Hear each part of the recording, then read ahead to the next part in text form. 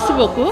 Léegi collège des femmes bi ñu koy taxawal c'était tout juste après les élections donc tey jii ñu doon lancé première année anniversaire bi ñu koy teg jigéen ñi dañu toogoon presque dematuñu xamatuñu qu'est-ce qui se passe léegi ci la ñu ne nañu créer benn collège d'ailleurs suñu benn xarit madame Seynabou Ndione moom moo am idée bi ñëw ànd ci xale yi waxtaan ci ak ñoom léegi xale yi d'accord léegi ñu ñëw ci man ne ma yow yaa ñu doy yow la ñu bëgg nga coordonner ñu suñu collège bi léegi ñu doon daje chaque le 22 à la résidence d'Aby di def ay financement aussi def nañu quelques formations aussi mais daanaka ñi ci nekk ñëpp femmes APR lañu femmes Alliance pour la République léegi donc comme dañ doon commencer di raam dañu ne bi ñuy doog a commencer on était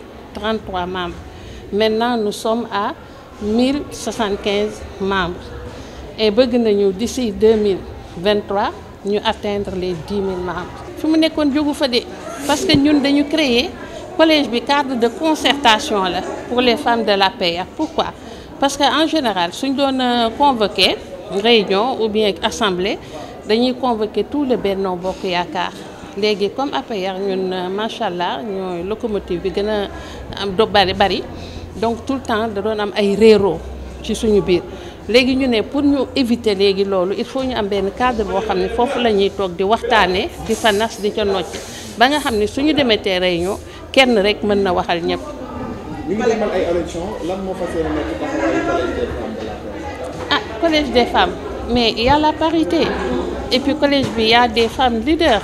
Il y a des femmes de développement, il y a des femmes de leaders, des femmes très compétentes.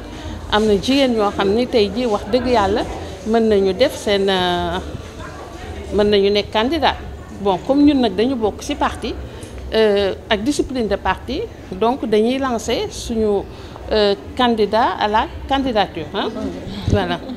Pas encore léegi dinañ def nañu formation fruits et légumes def nañu céréales locales def nañu jus locaux def nañu parce que pour promouvoir aussi nos produits jus de nebedaay yi pour les diabétiques defal nañu yu bëree bëri xam naa dinañ leen woo ngeen ñëw parce que am na benn bu ngeen war a couvrir dañ doon xaar rek pare lancement boobu pour jublu si loolu d'ailleurs sax et aussi en leadership ak entrepreneuriat féminin d'ailleurs dañ doon xaar le 26 bi jàll comme ça am na benn formation en leadership bu ñu war a am bu am doole nag waaw. ah xanaa ñu ngi koy gisu leen salle bi nu mu mel yéen tiitu leen salle bii xam nga ñun lan mooy suñu mot d'ordre jigéen ñi ci salle bi ak jigéen ñi ci biti xam ngeen ñaata la na ku nekk indi 50 personnes jigéen bu nekk 50 personnes lañ la sas parce que ñi fi nekkoon ñëpp pratiquement c'est des femmes de ay kii lañu présidente groupement lañu bon vraiment ay femmes yoo xam ni ñi topp ci seen ginnaaw dafa bari lool moo tax ñu ne teeru président Macky Sall femme bu nekk sas nañ la juróom fukki jigéen mais dafay ñëw di inaugurer sa ISEP am na liggéey yu bari yoo xam ne commencé nañ ko réaliser yow gis nga fële université bi UFR santé ak beaucoup de choses léegi série d'inauguration lay nekk li mu diggee presque lépp def na ko donc ñu koy sant di ko gërëm. jàppante bi day dëgër dafay dëgër parce que ñun suñu président ñun dañu am discipline de parti fu mu ñu xooloo foofu la ñuy xool lu mu ñu wax loolu la ñuy wax. Merci Guèye, responsable présidente de la commission des femmes dans la commune Thiès-Est. Je vous remercie. Le collège des femmes de l'APR, d'abord je commencerai par vous dire que c'est pas un mouvement, c'est une association de femmes. C'est une association de femmes très engagées qui sont membres entières de l'APR, membres fondateurs de l'APR, qui regroupait au début 30 femmes et qui s'est organisée jusqu'à atteindre 1071 femmes aujourd'hui. Et c'est le jour de notre anniversaire, nous fêtons notre première année. Nous remercions toutes les bonnes volontés qui ont soutenu le collège des femmes de l'APR, ici à Thiès. Parce que ces femmes ont été soutenues par des bonnes volontés.